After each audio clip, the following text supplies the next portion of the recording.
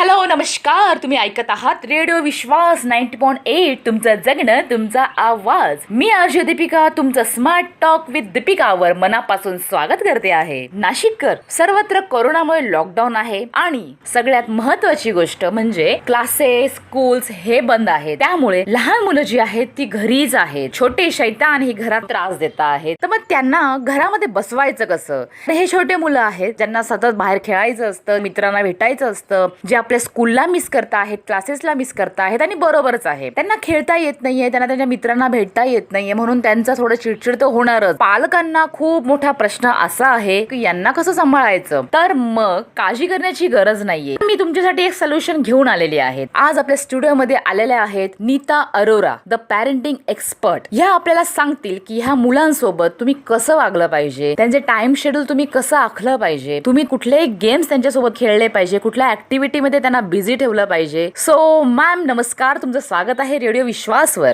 Thank you so much. मेरा नाम नीता अरोरा है और मैं एक पेरेंटिंग एक्सपर्ट हूँ. पिछले 20 सालों से मैं पेरेंटिंग के सेमिनार्स और वर्कशॉप्स लेती आ रही हूँ. अभी तक मैंने 800 से ज्यादा लाइव वर्कशॉप्स और सेमिनार लिए हैं और करीब 1.5 लाख लोगों ने अभी तक मेरे प्रोग्राम से बेनिफिट पाया है. 20 वर्षाचा अनुभव, वाव ग्रेट. ओके मैम, मुझे बताइए, अभी लॉकडाउन पीरियड है, पेरेंट्स के आगे ये बहुत बड़ा सवाल है कि बच्चों को बिजी कैसे रखे, आपसे हम जानना चाहेंगे. हाँ बिल्कुल, ये सवाल मुझसे अक्सर पेरेंट्स पूछते ही रहते हैं क्योंकि अभी लॉकडाउन हो गया है. तो लॉकडाउन की वजह से कई पेरेंट्स का यही कहना है कि बच्चे अभी स्कूल में नहीं जाते, 24 घंटे घर में रहते हैं और उनको हम बाहर भी नहीं भेज सकते, तो पूरा दिन उनको बिजी कैसे रखने का, ये एक बहुत बड़ा क्वेश्चन मार्क है. और स्पेशली मदर्स के लिए तो बहुत ज्यादा, क्योंकि बच्चे बहुत ज्यादा परेशान कर रहे हैं. पहले स्कूल चालू रहता था तब वो सुबह उठते थे, ब्रेकफास्ट करते थे, रेडी होके स्कूल जाते थे. स्कूल में वो करीब 5 से 6 घंटे स्कूल में बिताते थे और आने के बाद भी थोड़ा सा कुछ खाया, स्नैक्स वगैरह लिए, फिर क्लासेस के लिए जाते थे. तो एक तरह से देखा गया तो उनका ये रूटीन पूरी तरह से सेट था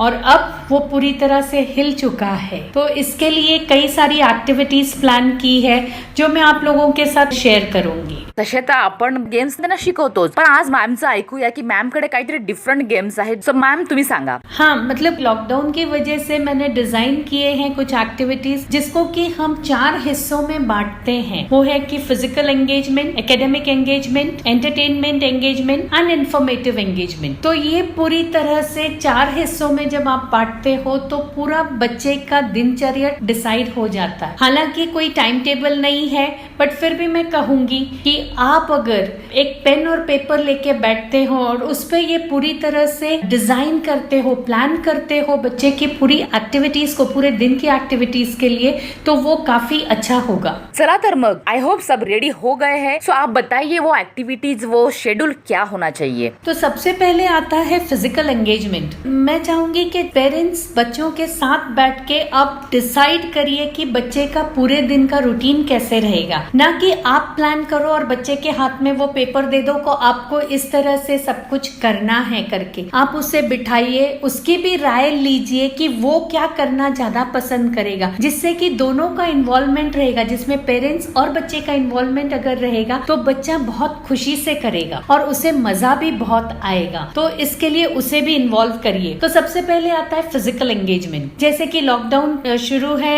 हम सबको पता है कि बच्चों को हम बाहर खेलने के लिए नहीं भेज सकते, गार्डन में नहीं भेज सकते, जिम में नहीं भेज सकते, उनके अलग अलग कोई एक्टिविटीज के क्लासेस है वहां भी नहीं भेज सकते क्योंकि कोरोना की वजह से सबको डर बैठा हुआ है. पर घर में कुछ फिजिकल एक्सरसाइज करना बहुत जरूरी है. आज हम सब जगह एक ही बात सुन रहे हैं कि अपनी इम्यूनिटी को बढ़ाओ, अपने इम्यूनिटी को बढ़ाओ. तो इम्यूनिटी बढ़ाने का कोई और जरिया नहीं है सिवाय के फिजिकल एक्सरसाइज के. फूड हैबिट से थोड़ी बहुत बढ़ती है, बट इतना ही इक्वली इम्पोर्टेंट फिजिकल एक्सरसाइजेस है. तो ये फिजिकल एक्सरसाइजेस आपको आपके बच्चे के साथ पूरे दिन में 3 बार करनी है. Morning, afternoon and evening. और ये एक्टिविटीज 15 मिनट से ज्यादा नहीं होनी चाहिए। हर बार आप 15 मिनट से ज्यादा कोई भी ऍक्टिव्हिटी नहीं करोगे। लक्षात ठेवा, कुठलीही ऍक्टिव्हिटी 15 मिनिटापेक्षा जास्त नसावी, त्याने मुलं बोर होऊ शकतात आणि मग तुम्हाला ते जास्त त्रास देऊ शकतात। जाणून घेऊया की फिजिकल ऍक्टिव्हिटी मध्ये कुठल्या कुठल्या ऍक्टिव्हिटीजचा समावेश होतो। तो फिजिकल में आप आपके बच्चे के साथ योगा, प्राणायाम, मेडिटेशन, जुम्बा या आपके स्कूल की भी कोई फिजिकल एक्टिविटीज है जो आपको अभी एक्सरसाइजेज याद आ रही है वो भी आप कर सकते हो। आपको भी आपका स्कूल याद आ जाएगा, बचपन याद आ जाएगा। बस इतना ध्यान में रखना है कि जब कोई फिजिकल एक्टिविटी आप बच्चे के साथ कर रहे हो, स्क्रीन पे कुछ नहीं देखना है। इस टाइम नो स्क्रीन टाइम।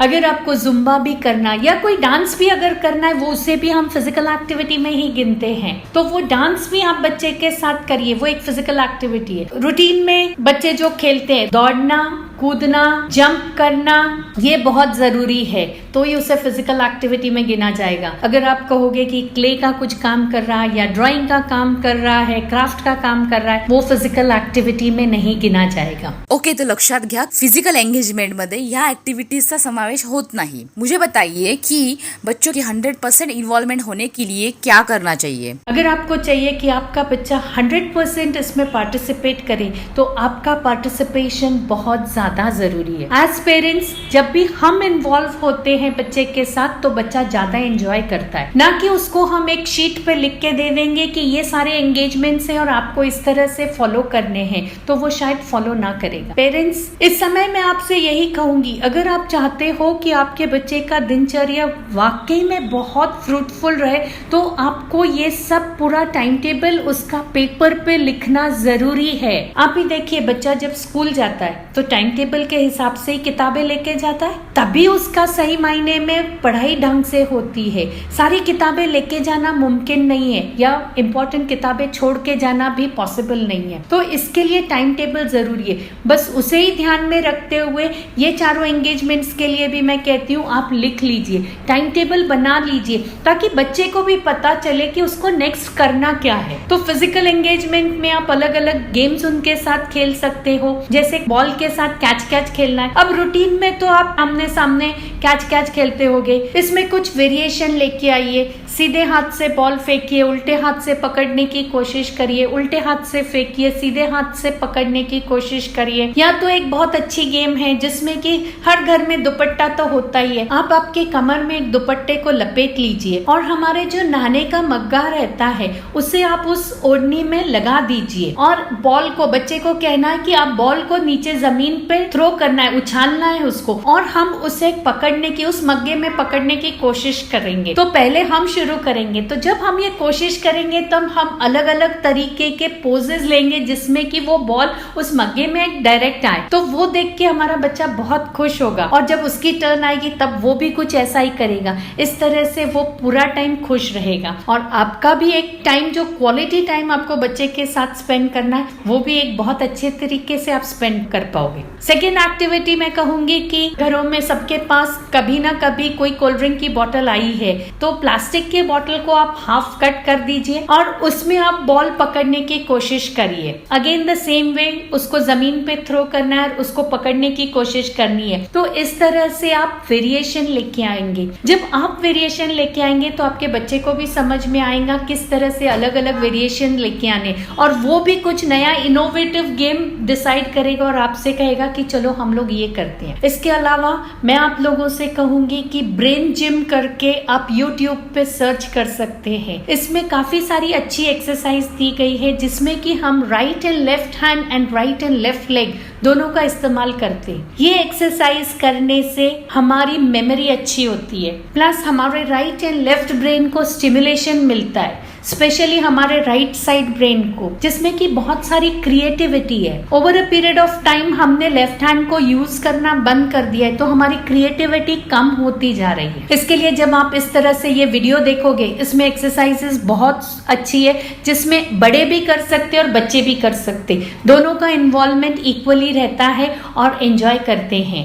जरा विचार करून बघा की जेव्हा तुम्ही तुमच्या मुलांसोबत असे गेम्स खेळाल तेव्हा ते मुलं किती खुश असतील आणि त्यांना बघून तुम्ही किती खुश असाल. सो हे सगळे गेम्स ट्राय करायला काहीच हरकत नाहीये. आप और एक गेम खेल सकते हो जिसमें कि आप डिसाइड करोगे ए पॉइंट एंड बी पॉइंट. तो ए पॉइंट से बी पॉइंट के पास आपको जाना है. बट जब आप ए पॉइंट से बी पॉइंट के पास जाते हो आपको कोई एक्शन करते हुए जाना है. और जब बी पॉइंट से वापस ए पॉइंट के पास आते हो तब दूसरा कोई एक्शन करना है. वाव, किती मजा येईल जेव्हा तुम्ही ऍक्शन कराल, तुमचा मुलगा ऍक्शन करेल आणि यातून निर्माण होईल खूप सारी धमाल, मस्ती आणि मजा. आणि मुलगा जर एंजॉय करणारच आहे तुम्ही त्याला जॉईन होऊन जा की, काय हरकत है. और एक बड़ी प्रॉब्लम मैंने अक्सर सुनी है नीता जी कि बच्चे लेट उठते हैं, तो ये सब मैनेज कैसे करें. मतलब सुबह के टाइम अगर कोई एक्टिविटी है तो बच्चों को उठाए कैसे, वो एक्टिविटी कंप्लीट कैसे करें. कोई बात नहीं, सुबह की एक्टिविटी अगर पॉसिबल नहीं है आप दोपहर की और शाम की एक्टिविटीज कराइए बच्चे से. दोपहर की और शाम की एक्टिविटीज में इतना मजा बच्चे को आएगा तब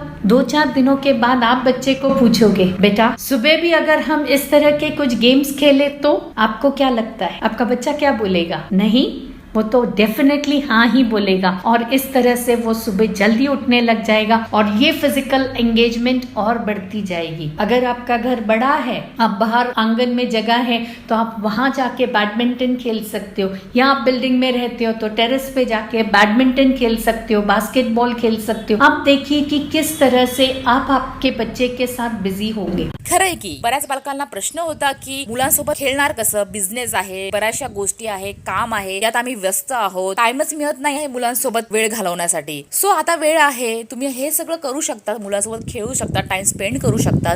असलेल्या वेळाचा तुम्ही सदुपयोग अशा प्रकारे करू शकता. तुम्हालाही मजा वाटेल, तुमच्या मुलांनाही छान वाटेल. ओके नीता जी, फिजिकल एंगेजमेंट तो हो गई. अब इसके बाद आती है एकेडमिक एंगेजमेंट. अब ये बताइए इसके लिए टाइमिंग क्या होने चाहिए, इसका शेड्यूलिंग कैसे करें और इसमें क्या क्या एक्टिविटीज आएगी. जो एकेडमिक एंगेजमेंट है इसमें हम बच्चे को उस तरह से तैयार करेंगे जैसे वो स्कूल जाते थे. क्योंकि जब उनका स्कूल स्टार्ट था तब वो सुबह उठते थे, ब्रेकफास्ट करते थे, रेडी होके स्कूल जाते थे और स्कूल में वो करीब करीब 5 से 6 घंटे बिताते थे. तो इस एकेडमिक एंगेजमेंट में भी हम 2 पार्ट्स में इसको हम डिवाइड करने वाले, एक सुबह का और एक शाम का. सुबह का जो एंगेजमेंट रहेगा वो 3 से 4 घंटे का रहेगा और शाम का जो रहेगा 1 से 1.5 घंटे का रहेगा. तो ये एकेडमिक एंगेजमेंट में बहुत सारे स्कूल्स ने अभी ऑनलाइन क्लासेस शुरू की है. तो आप आपके बच्चे के साथ बैठ के वो ऑनलाइन क्लासेस में उनको हेल्प कर सकते हैं. अगर आपका बच्चा छोटा है या स्कूल अभी कह रहे हैं कि ऑनलाइन क्लासेस की जरूरत नहीं है तो आप अलग अलग ऐप है जिसमें कि बच्चे के एकेडमिक्स दिए गए हैं हर क्लास के, जैसे कि खान एकेडमी है, दीक्षा है, अन एकेडमी है. तो ये एकेडमी एब्सोल्युटली फ्री ऐप है, इसे आप बाकायदा डाउनलोड कर लीजिए. बिल्कुल केजी से लेके तो ग्रेजुएशन तक के जो करिकुलम है, जो क्लासेस होते हैं वो इस ऐप के द्वारा आप आपके बच्चे को सिखा सकते हैं. इस तरह से उनका एकेडमिक रहेगा. और जो शाम का एंगेजमेंट रहता है, जैसे कि बच्चा स्कूल से आने के बाद उसके क्लासेस रहते हैं तो वो क्लासेस 1-1.5 घंटे के रहते. तो शाम का भी एकेडमिक एंगेजमेंट आप उसी तरह से रख सकते, 1 घंटे का रख सकते, जिसमें कि सुबह जो उसने पढ़ा है चाहे उसका रिविजन हो या स्कूल में ऑनलाइन कुछ उनके क्लासेस चल रहे उसका कुछ होमवर्क दिया होगा, कुछ वर्कशीट्स दी गई होगी या कुछ और करने के लिए कोई एक्टिविटी करने के लिए कही गई है तो वो उस समय शाम के टाइम वो कर सकते. तो ये एकेडमिक एंगेजमेंट 2 बार से ज्यादा नहीं होना चाहिए. लेकिन आपको ये ध्यान में रखना है कि बच्चे को हर आधे घंटे के बाद एक 10 मिनट का ब्रेक देना है ताकि वो पानी पी के आ सके, वॉशरूम जा सके. अगर आप 3-4 घंटे बिठा के रखते हो एक ही जगह पे तो वो बोर हो जाते और थोड़े टाइम के बाद वो कहेंगे कि बस अभी हमें और नहीं पढ़ना है. तो उन्हें ये ब्रेक देना बहुत जरूरी है, इससे वो सीखेंगे. ब्रेक तो बनता है बॉस, ब्रेक लेना बहुत जरुरी होता है. तसंच स्मार्ट टॉक विथ दीपिका मध्ये झालेली आहे वेळ एका छोट्याशा ब्रेकची. सो कुठेही जाऊ नका आणि ऐकत रहा 90.8 रेडिओ विश्वास, तुमचं जगणं तुमचा आवाज.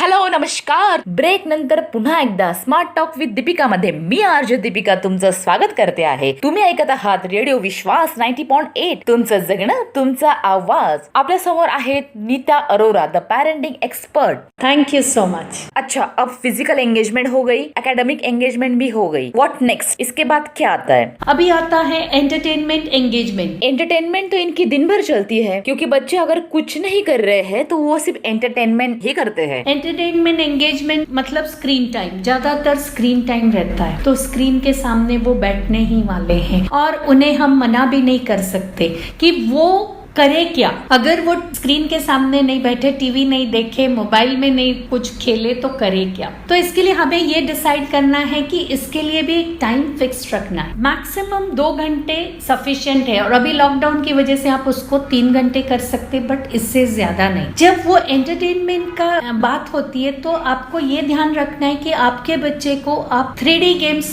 ना खेलने दी, क्योंकि 3D गेम्स का इम्पैक्ट उसके ब्रेन पे बहुत बुरा पड़ता है. ये 3D गेम में वो कंटिन्यूअस मूवमेंट रहती है, जिसमें लड़ाई झगड़ा रहता है, कंटिन्यूअस दौड़ना भागना यही लगा रहता है, जिसकी वजह से बच्चा भी एक जगह पे बैठ नहीं सकता. वो कंटिन्यूअस मूवमेंट चालू रहता है. उसके बदले आप उनको एंगेज कर सकते हैं या एनकरेज कर सकते हैं 2D गेम्स के लिए. वो 2D गेम्स में फिर तो ये आते हैं find out the differences, sudoku, then find the odd man out, brain university, unblock. इस तरह के गेम्स के लिए आप एनकरेज कर सकते. 3D आप गेम्स मत खिलाइए, बट आप गूगल पे 3D के इमेजेस सर्च कर सकते. उन इमेजेस का ये प्रिंट निकाल लीजिए, क्योंकि ये प्रिंट आउट जो निकालते हैं ये 3D इमेज का, वो इमेज के अंदर और एक इमेज रहती है. उनमें से कुछ आप निकाल के, उनके प्रिंट आउट निकाल के आपके बच्चों को दे सकते कि इसमें एक और इमेज है वो ढूंढिए, और आप भी उनके साथ इन्वॉल्व हो सकते हैं. इससे फायदा ये होगा,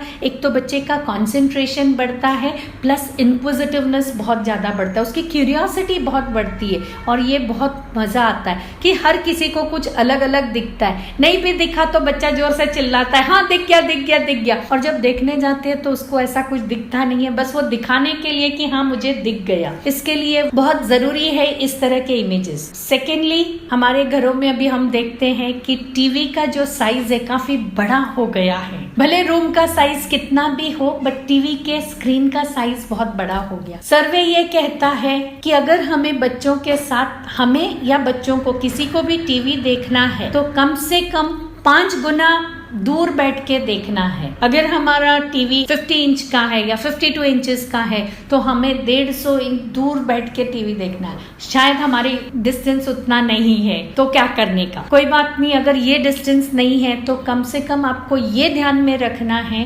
कि जिस रूम में टीवी रखा है, आप देख रहे हो, आपके बच्चे देख रहे हैं, वहां पे आप अंधेरा मत करिए. क्योंकि हम ये समझते कि डार्कनेस करने से हमें स्क्रीन अच्छे से दिख रही है, उसमें बहुत अच्छा दिख रहा है, कंसंट्रेशन अच्छा हो रहा है, बट उसकी वजह से आंखों का और ब्रेन का दोनों का बहुत नुकसान हो रहा है. तो कम से कम आप ये कोशिश करिए कि नेचुरल सनलाइट अगर वो रूम में अवेलेबल है तो वो आप आने दीजिए, और अगर नेचुरल सनलाइट की कोई पॉसिबिलिटी नहीं है उस रूम में आने की तो आप ट्यूबलाइट जला दीजिए. वो रूम में 3 गुना ज्यादा उजाला होना चाहिए, अदरवाइज बच्चे की आंखों पे और ब्रेन पे दोनों पे बुरा असर पड़ रहा है. आजकाल आपण बघतोय की लहान मुलांना चष्मे लागलेत, कारण त्यांची नजर कमजोर झाली आहे, कारण टीव्हीचं अंतर जेवढं जास्त हवा है तितकंच ते कमी कमी होत चाललंय. और सबसे बड़ी बात तो ये भी है कि टीवी पे कौन से प्रोग्राम देखने हैं, कौन से नहीं देखने हैं, ये भी अक्सर पता नहीं होता है. तो आपको ये ध्यान रखना है कि वो अपने एज के हिसाब से टीवी के प्रोग्राम्स देखे. इसको आपको मॉनिटर करना बहुत ज्यादा जरूरी है. अगर आप मॉनिटर नहीं करोगे तो पता नहीं बच्चा कौन सा प्रोग्राम देखेगा. अभी तो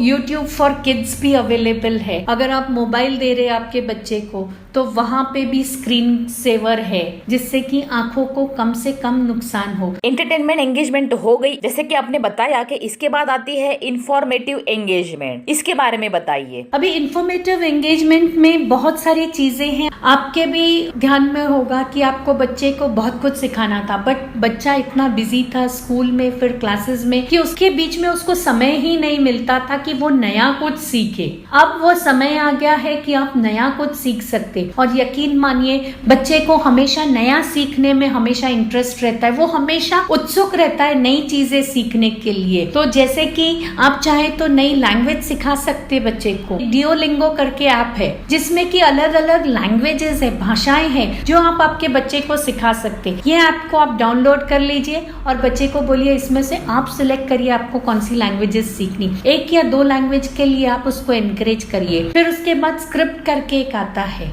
इसमें काफी सारी ऑडियो बुक्स दी गई है, तो जो लैंग्वेज में आपको चाहिए वो लैंग्वेज में आप वो बुक रीड कर सकते।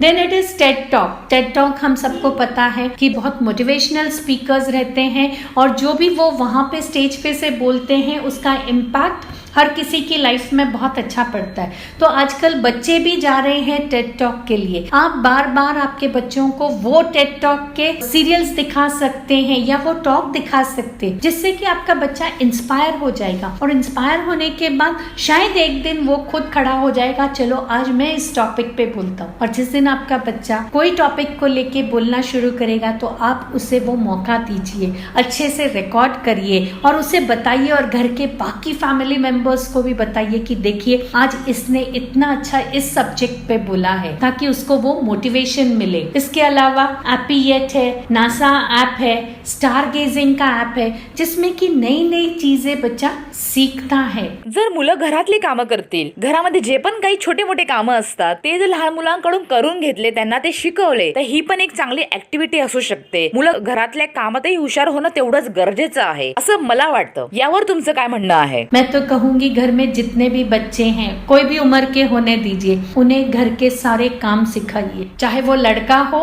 चाहे लड़की हो। पता नहीं कब हमारा बच्चा कहीं बाहर जाए पढ़ने के लिए, तब उसे सारे काम खुद करने पड़े तो इससे बेटर है, this is the best period. घर में कोई हेल्पिंग हैंड नहीं है, पूरे फैमिली मेंबर्स एक दूसरे को मिलके हेल्प कर रहे हैं, तो बच्चों को भी उसमें इन्वॉल्व करिए ताकि आपका बच्चा आगे चल के कभी उसे लाइफ में इस तरह के काम करने की नौबत आई तो उसे परेशानी नहीं होगी। कुकिंग में आप उसको इन्वॉल्व कर सकते हैं, बच्चे बहुत एंजॉय करते हैं। देन इंफॉर्मेटिव एंगेजमेंट में आप बच्चे के साथ ट्रेजर हंट भी करा सकते हो। उसमें इंफॉर्मेशन मिलती है उसे कि एक जगह से दूसरी जगह जाने के लिए अगर कुछ लिखा गया है, कुछ पजल टाइप लिखा गया है, तो उसे वो कैसे डिकोड करेगा, तो इससे उसका नॉलेज बढ़ता जाता है। इसके अलावा मैं सजेस्ट करूंगी कि आप गूगल पे से अगेन अलग अलग जानवरों के, अलग अलग बर्ड्स के, अलग अलग व्हीकल्स के 1-1 मिनट की आवाज डाउनलोड कर लीजिए। इसको आप अपने पास रखिए और फिर बच्चे को बोलना है कि चलिए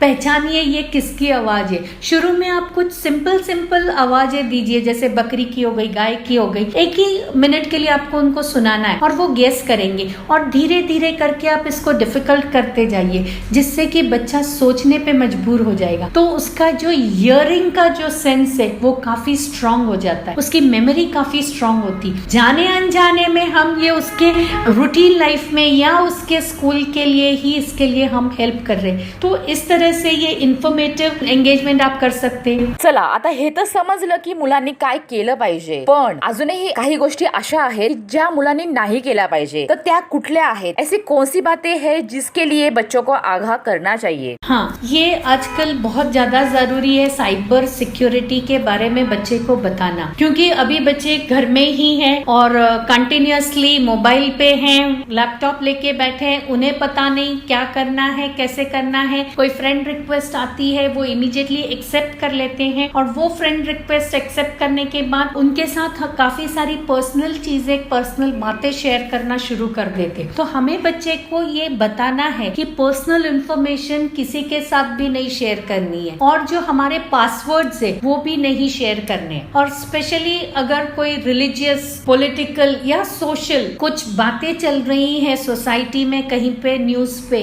और वही व्हाट्सएप पे चल रही है, तो उसमें हमें इन्वॉल्व नहीं होना है। कई बार हम मस्ती में उसमें इन्वॉल्व हो जाते हैं, बच्चे कुछ टेक्सटिंग कर देते हैं, टेक्स्ट भेजते हैं किसी के बारे में, कोई पॉलिटिशियन के बारे में या कम्युनिटी के बारे में कुछ अगर चल रहा है और सामने वाला पता नहीं क्या इंटेंशन से हमारे साथ वो चैट कर रहा रहता है, अच्छे इरादे से क्या बुरे। बच्चों को ये भी बताना है कि आप जब भी कोई आपका फोटो या कोई भी चीज अपलोड करते हो सोशल मीडिया पे, तो आपको बहुत ध्यान रखना है, क्योंकि जो भी इमेज एक बार अपलोड हो जाती है आप इमीडिएटली सडनली भी अगर आपको ध्यान में आता है ये गलत हो गई और आप डिलीट करते हो, तो वो डिलीट आपके मोबाइल से हो गई है, बट वो गूगल के पास या क्लाउड पे हमेशा के लिए सेव हो गई है, नो मैटर व्हाट। और हमें नहीं पता कि कब कौन कहाँ कैसे उस इमेज का इस्तेमाल करेगा। तो इसके लिए हमें बहुत सावधानी बरतनी है जब हम सोशल मीडिया पे रहते हैं। इंटरनेट सिक्युरिटी बद्दल तर मुलांशी बोललंच पाहिजे। आजकल देखा जा रहा है कि बच्चों के लिए उनके फैमिली वाले बहुत ही ज्यादा पजेसिव होते हैं, स्पेशली उनकी मम्मी एक्स्ट्रा केयर करती है, ये मत कर वो मत कर, यानी बहुत सारी चीजें ऐसी होती है जो मम्मी बच्चों को करने ही नहीं देती, हर टाइम पीछे ही लगी रहती है। तो इसके बारे में आप क्या कहना चाहेंगी? मेरा एक ही मैसेज सारी मम्मी के लिए,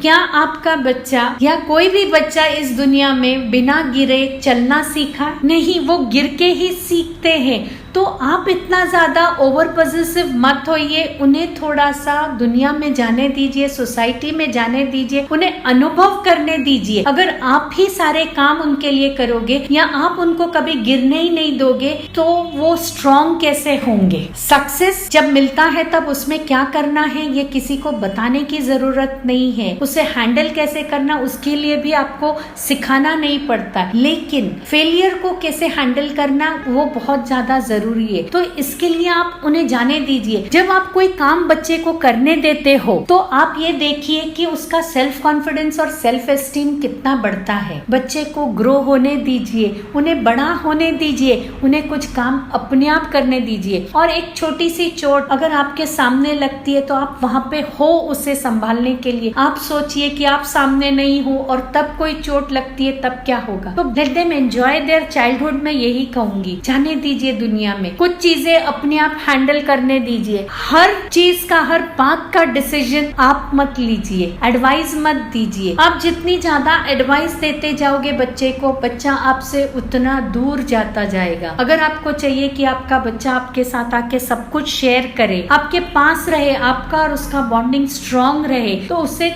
कम एडवाइस करिए और ज्यादा सुनिए। आप हमारे लिसनर्स को ऐसी कौन सी टिप है जो देना चाहोगे? आखिरी टिप यही रहेगी सबके लिए कि आपको डिसाइड करना है स्क्रीन फ्री टाइम। मतलब पूरी फैमिली स्क्रीन को हाथ नहीं लगा रही, देख नहीं रही है, मोबाइल है, टीवी है, न्यूज है, जो कुछ भी है वो सब आपने एक साइड में रख दिया है और आप पूरी फैमिली के साथ इन्वॉल्व हो। अगर हम बच्चों के सामने ये स्क्रीन फ्री टाइम रखते तो बच्चों को भी ये मैसेज जाता है कि हमें भी अपने आप को स्क्रीन फ्री टाइम रखना है, जो कि आज की डेट में बहुत ज्यादा जरूरी हो गया है। इसके लिए स्क्रीन फ्री टाइम बहुत ज्यादा जरूरी है। तो all of you including parents and children, keep yourself free for some time in a day. और मैम जाते जाते हमें बताइए कि 20 सालों से आप इस फील्ड में है, पेरेंटिंग में आपने बहुत सारे सेमिनार्स लिए हैं, बहुत सारा नॉलेज है जो आपने पेरेंट्स को दिया है, तो इसके पीछे जरूर कोई गोल होगा, कोई एम्बिशन होगा, तो वो क्या है, वो आपका ड्रीम क्या है, हम सुनना चाहेंगे। I am on a mission of empowering and educating 10 lakh families to live अ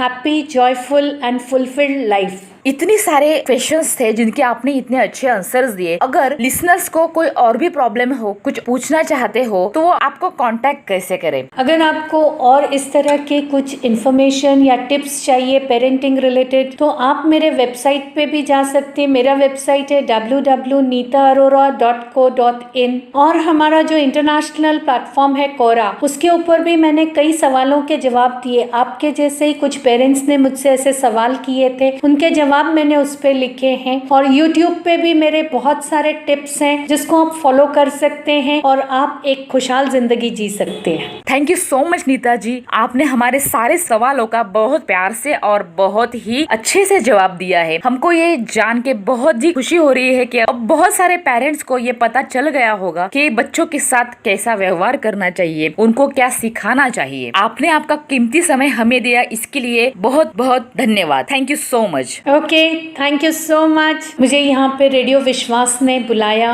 और मुझे अपने व्यूज शेयर करने के लिए एक अपॉर्चुनिटी दी, और दीपिका आपने भी ये अपॉर्चुनिटी दी, उसके लिए तहे दिल से शुक्रिया। Thank you so much. मित्रांनो, तुम्हाला आजचा इंटरव्ह्यू कसा वाटला, यामध्ये तुम्हाला अजून काय बदल हवे आहे, तुम्हाला काय काय आवडलं आहे, याबद्दल तुम्ही नक्कीच मला सांगू शकतात। माझा आयडी आहे आरजे दीपिका पवार वरुणा। सो पुन्हा भेटूया the smart talk with RJ Deepika मध्ये। तुम्ही ऐकत आहात 90.8 रेडिओ विश्वास, तुमचं जगणं तुमचा आवाज।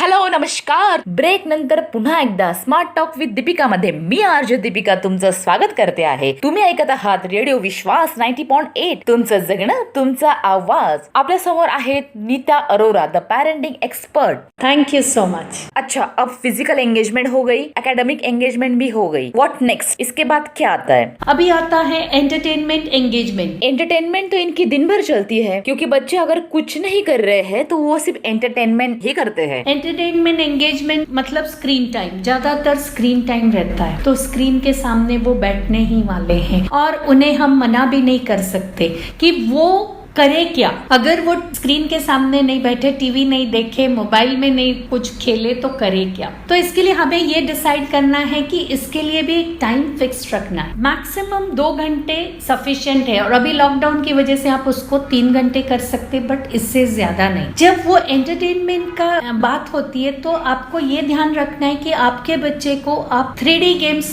ना खेलने दी, क्योंकि 3D गेम्स का इम्पैक्ट उसके ब्रेन पे बहुत बुरा पड़ता है. ये 3D गेम में वो कंटिन्यूअस मूवमेंट रहती है, जिसमें लड़ाई झगड़ा रहता है, कंटिन्यूअस दौड़ना भागना यही लगा रहता है, जिसकी वजह से बच्चा भी एक जगह पे बैठ नहीं सकता. वो कंटिन्यूअस मूवमेंट चालू रहता है. उसके बदले आप उनको एंगेज कर सकते हैं या एनकरेज कर सकते हैं 2D गेम्स के लिए. वो 2D गेम्स में फिर तो ये आते हैं find out the differences, sudoku, then find the odd man out, brain university, unblock. इस तरह के गेम्स के लिए आप एनकरेज कर सकते. 3D आप गेम्स मत खिलाइए, बट आप गूगल पे 3D के इमेजेस सर्च कर सकते. उन इमेजेस का ये प्रिंट निकाल लीजिए, क्योंकि ये प्रिंट आउट जो निकालते हैं ये 3D इमेज का, वो इमेज के अंदर और एक इमेज रहती है. उनमें से कुछ आप निकाल के, उनके प्रिंट आउट निकाल के आपके बच्चों को दे सकते हैं कि इसमें एक और इमेज है, वो ढूंढिए, और आप भी उनके साथ इन्वॉल्व हो सकते हैं. इससे फायदा ये होगा,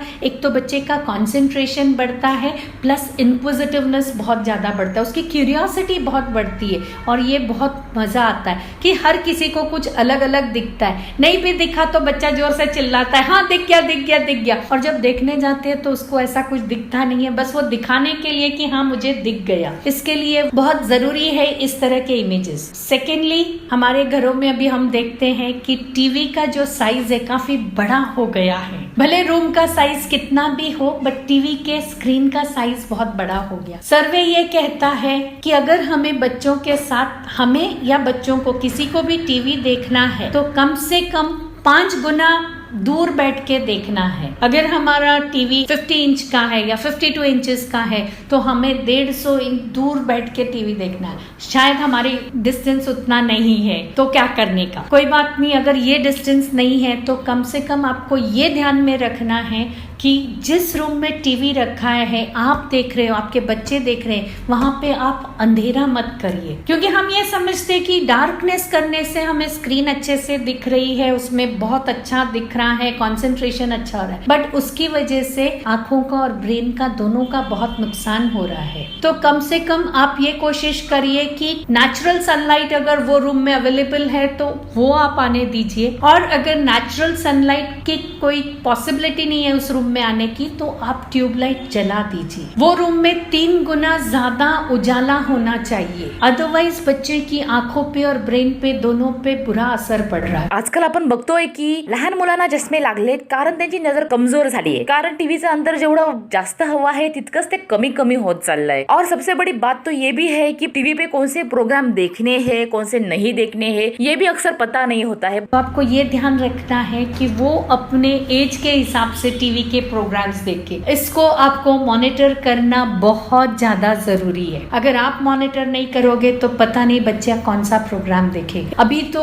YouTube फॉर किड्स भी अवेलेबल है. अगर आप मोबाइल दे रहे हैं आपके बच्चे को तो वहाँ पे भी स्क्रीन सेवर है, जिससे कि आंखों को कम से कम नुकसान हो. एंटरटेनमेंट एंगेजमेंट हो गई, जैसे कि आपने बताया कि इसके बाद आती है इंफॉर्मेटिव एंगेजमेंट. इसके बारे में बताइए. अभी इंफॉर्मेटिव एंगेजमेंट में बहुत सारी चीजें हैं. आपके भी ध्यान में होगा कि आपको बच्चे को बहुत कुछ सिखाना था, बट बच्चा इतना बिजी था स्कूल में फिर क्लासेस में कि उसके बीच में उसको समय ही नहीं मिलता था कि वो नया कुछ सीखे। अब वो समय आ गया है कि आप नया कुछ सीख सकते, और यकीन मानिए बच्चे को हमेशा नया सीखने में हमेशा इंटरेस्ट रहता है, वो हमेशा उत्सुक रहता है नई चीजें सीखने के लिए। तो जैसे कि आप चाहे तो नई लैंग्वेज सिखा सकते बच्चे को। डिओलिंगो करके ऐप है जिसमें कि अलग अलग लैंग्वेजेस है, भाषाएं हैं जो आप आपके बच्चे को सिखा सकते। ये ऐप को आप डाउनलोड कर लीजिए और बच्चे को बोलिए इसमें से आप सिलेक्ट करिए आपको कौन सी लैंग्वेजेस सीखनी, 1 या 2 लैंग्वेज के लिए आप उसको एनकरेज करिए। फिर उसके बाद स्क्रिप्ट करके एक आता है,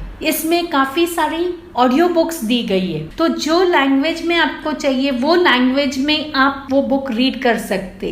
then it is TED talk. TED talk हम सबको पता है कि बहुत मोटिवेशनल स्पीकर्स रहते हैं और जो भी वो वहां पे स्टेज पे से बोलते हैं उसका इम्पैक्ट हर किसी की लाइफ में बहुत अच्छा पड़ता है। तो आजकल बच्चे भी जा रहे हैं टेड टॉक के लिए। आप बार बार आपके बच्चों को वो टेड टॉक के सीरियल्स दिखा सकते हैं या वो टॉक दिखा सकते हैं, जिससे कि आपका बच्चा इंस्पायर हो जाएगा, और इंस्पायर होने के बाद शायद एक दिन वो खुद खड़ा हो जाएगा, चलो आज मैं इस टॉपिक पे बोलता हूँ। और जिस दिन आपका बच्चा कोई टॉपिक को लेके बोलना शुरू करेगा तो आप उसे वो मौका दीजिए, अच्छे से रिकॉर्ड करिए और उसे बताइए, और घर के बाकी फैमिली मेंबर्स को भी बताइए कि देखिए आज इसने इतना अच्छा इस सब्जेक्ट पे बोला है, ताकि उसको वो मोटिवेशन मिले। इसके अलावा एपियट है, नासा ऐप है, स्टार गेजिंग का ऐप है, जिसमें कि नई नई चीजें बच्चा सीखता है। जर मुलं घरातली कामं करतील, घरामध्ये जे पण काही छोटे मोठे कामं असतात ते जर लहान मुलांकडून करून घेतले, त्यांना ते शिकवले, तर ही पण एक चांगली ऍक्टिव्हिटी असू शकते। मुलं घरातल्या कामातही हुशार होणं तेवढंच गरजेचं आहे असं मला वाटतं। यावर तुमचं काय म्हणणं आहे? मैं तो कहूंगी घर में जितने भी बच्चे हैं, कोई भी उम्र के होने दीजिए, उन्हें घर के सारे काम सिखाइए, चाहे वो लड़का हो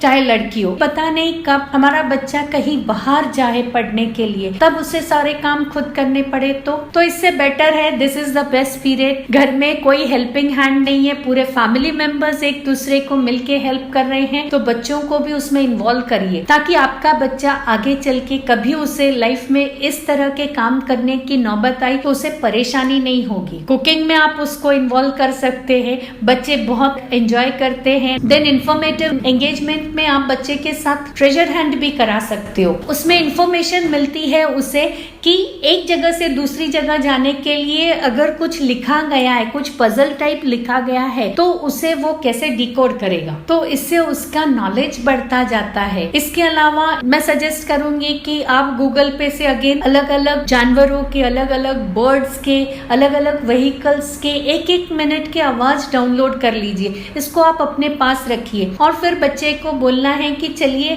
पहचानिए ये किसकी आवाज है। शुरू में आप कुछ सिंपल आवाजें दीजिए, जैसे बकरी की हो गई, गाय की हो गई, 1 ही मिनट के लिए आपको उनको सुनाना है और वो गेस करेंगे, और धीरे धीरे करके आप इसको डिफिकल्ट करते जाइए, जिससे कि बच्चा सोचने पे मजबूर हो जाएगा। तो उसका जो हियरिंग का जो सेंस है वो काफी स्ट्रांग हो जाता है, उसकी मेमोरी काफी स्ट्रांग होती। जाने अनजाने में हम ये उसके रूटीन लाइफ में या उसके स्कूल के लिए ही इसके लिए हम हेल्प कर रहे हैं। तो इस तरह से ये इन्फॉर्मेटिव एंगेजमेंट आप कर सकते हैं। चला, आता हे तर समजलं की मुलांनी काय केलं पाहिजे, पण अजूनही काही गोष्टी अशा आहेत ज्या मुलांनी नाही केल्या पाहिजे, तर त्या कुठल्या आहेत? ऐसी कौन सी बातें हैं जिसके लिए बच्चों को आगाह करना चाहिए? हाँ, ये आजकल बहुत ज्यादा जरूरी है साइबर सिक्योरिटी के बारे में बच्चे को बताना, क्योंकि अभी बच्चे घर में ही हैं और कंटिन्यूअसली मोबाइल पे हैं, लैपटॉप लेके बैठे हैं, उन्हें पता नहीं क्या करना है, कैसे करना है। कोई फ्रेंड रिक्वेस्ट आती है वो इमीडिएटली एक्सेप्ट कर लेते हैं, और वो फ्रेंड रिक्वेस्ट एक्सेप्ट करने के बाद उनके साथ काफी सारी पर्सनल चीजें, पर्सनल बातें शेयर करना शुरू कर देते। तो हमें बच्चे को ये बताना है कि पर्सनल इंफॉर्मेशन किसी के साथ भी नहीं शेयर करनी है, और जो हमारे पासवर्ड्स है वो भी नहीं शेयर करने। और स्पेशली अगर कोई रिलीजियस, पॉलिटिकल या सोशल कुछ बातें चल रही है सोसाइटी में, कहीं पे न्यूज पे और वही व्हाट्सएप पे चल रही है, तो उसमें हमें इन्वॉल्व नहीं होना है। कई बार हम मस्ती मस्ती में उसमें इन्वॉल्व हो जाते हैं। बच्चे कुछ टेक्सटिंग कर देते हैं, टेक्स्ट भेजते हैं किसी के बारे में, कोई पॉलिटिशियन के बारे में या कम्युनिटी के बारे में कुछ अगर चल रहा है, और सामने वाला पता नहीं क्या इंटेंशन से हमारे साथ वो चैट कर रहा रहता है, अच्छे इरादे से क्या बुरे। बच्चों को ये भी बताना है कि आप जब भी कोई आपका फोटो या कोई भी चीज अपलोड करते हो सोशल मीडिया पे, तो आपको बहुत ध्यान रखना है, क्योंकि जो भी इमेज एक बार अपलोड हो जाती है, आप इमीडिएटली भी अगर आपको ध्यान में आता है ये गलत हो गई और आप डिलीट करते हो, तो वो डिलीट आपके मोबाइल से हो गई है, बट वो गूगल के पास या क्लाउड पे हमेशा के लिए सेव हो गई है, नो मैटर व्हाट। और हमें नहीं पता कि कब कौन कहां कैसे उस इमेज का इस्तेमाल करेगा। तो इसके लिए हमें बहुत सावधानी बरतनी है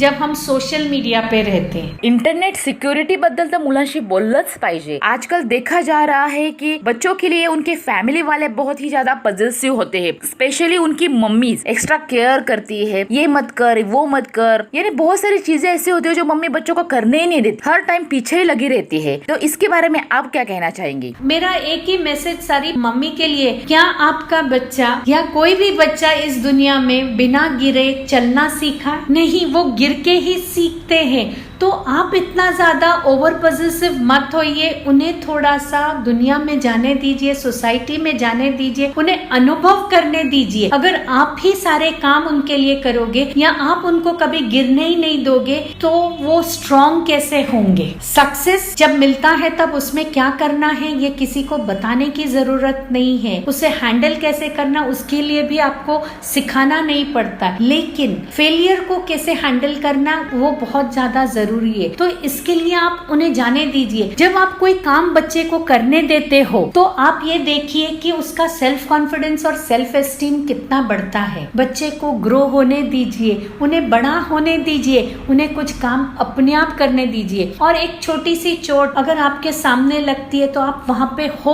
उसे संभालने के लिए। आप सोचिए कि आप सामने नहीं हो और तब कोई चोट लगती है, तब क्या होगा? तो let them enjoy their childhood, मैं यही कहूंगी। जाने दीजिए दुनिया में, कुछ चीजें अपने आप हैंडल करने दीजिए। हर चीज का, हर बात का डिसीजन आप मत लीजिए, एडवाइस मत दीजिए। आप जितनी ज्यादा एडवाइस देते जाओगे बच्चे को, बच्चा आपसे उतना दूर जाता जाएगा। अगर आपको चाहिए कि आपका बच्चा आपके साथ आके सब कुछ शेयर करे, आपके पास रहे, आपका और उसका बॉन्डिंग स्ट्रॉन्ग रहे, तो उसे कम एडवाइस करिए और ज्यादा सुनिए। आप हमारे लिसनर्स को ऐसी कौन सी टिप है जो देना चाहोगे? आखिरी टिप यही रहेगी सबके लिए कि आपको डिसाइड करना है स्क्रीन फ्री टाइम। मतलब पूरी फैमिली स्क्रीन को हाथ नहीं लगा रही, देख नहीं रही है, मोबाइल है, टीवी है, न्यूज है, जो कुछ भी है वो सब आपने एक साइड में रख दिया है और आप पूरी फैमिली के साथ इन्वॉल्व हो। अगर हम बच्चों के सामने ये स्क्रीन फ्री टाइम रखते, तो बच्चों को भी ये मैसेज जाता है कि हमें भी अपने आप को स्क्रीन फ्री टाइम रखना है, जो कि आज की डेट में बहुत ज्यादा जरूरी हो गया है। इसके लिए स्क्रीन फ्री टाइम बहुत ज्यादा जरूरी है। तो all of you including parents and children, keep yourself free for some time in a day. और मैम जाते जाते हमें बताइए कि 20 सालों से आप इस फील्ड में है, पेरेंटिंग में आपने बहुत सारे सेमिनार्स लिए हैं, बहुत सारा नॉलेज है जो आपने पेरेंट्स को दिया है, तो इसके पीछे जरूर कोई गोल होगा, कोई एम्बिशन होगा, तो वो क्या है, वो आपका ड्रीम क्या है, हम सुनना चाहेंगे। I am on a mission of empowering and educating 10 lakh families to live a happy, joyful and fulfilled life. इतने सारे क्वेश्चंस थे जिनके आपने इतने अच्छे आंसर्स दिए। अगर लिसनर्स को कोई और भी प्रॉब्लम हो, कुछ पूछना चाहते हो, तो वो आपको कांटेक्ट कैसे करें? अगर आपको और इस तरह के कुछ इन्फॉर्मेशन या टिप्स चाहिए पेरेंटिंग रिलेटेड, तो आप मेरे वेबसाइट पे भी जा सकते हैं। मेरा वेबसाइट है www.neetaarora.co.in और हमारा जो इंटरनेशनल प्लेटफॉर्म है कोरा, उसके ऊपर भी मैंने कई सवालों के जवाब दिए। आपके जैसे ही कुछ पेरेंट्स ने मुझसे ऐसे सवाल किए थे, उनके जवाब जवाब मैंने उस पे लिखे हैं, और YouTube पे भी मेरे बहुत सारे टिप्स हैं जिसको आप फॉलो कर सकते हैं और आप एक खुशहाल जिंदगी जी सकते हैं। Thank you so much Neeta ji, आपने हमारे सारे सवालों का बहुत प्यार से और बहुत ही अच्छे से जवाब दिया है। हमको ये जान के बहुत ही खुशी हो रही है कि अब बहुत सारे पेरेंट्स को ये पता चल गया होगा कि बच्चों के साथ कैसा व्यवहार करना चाहिए, उनको क्या सिखाना चाहिए। आपने आपका कीमती समय हमें दिया, इसके लिए बहुत बहुत धन्यवाद। Thank you so much. Okay, thank you so much. मुझे यहाँ पे रेडियो विश्वास ने बुलाया और मुझे अपने व्यूज शेयर करने के लिए एक अपॉर्चुनिटी दी, और दीपिका आपने भी ये अपॉर्चुनिटी दी, उसके लिए तहे दिल से शुक्रिया। Thank you so much. मित्रांनो, तुम्हाला आजचा इंटरव्ह्यू कसा वाटला, यामध्ये तुम्हाला अजून काय बदल हवे आहे, तुम्हाला काय काय आवडलं आहे, याबद्दल तुम्ही नक्कीच मला सांगू शकतात। माझा आयडी आहे आरजे दीपिका पवार वरुणा। सो पुन्हा भेटूया the smart talk with RJ Deepika मध्ये। तुम्ही ऐकत आहात 90.8 रेडिओ विश्वास, तुमचं जगणं तुमचा आवाज।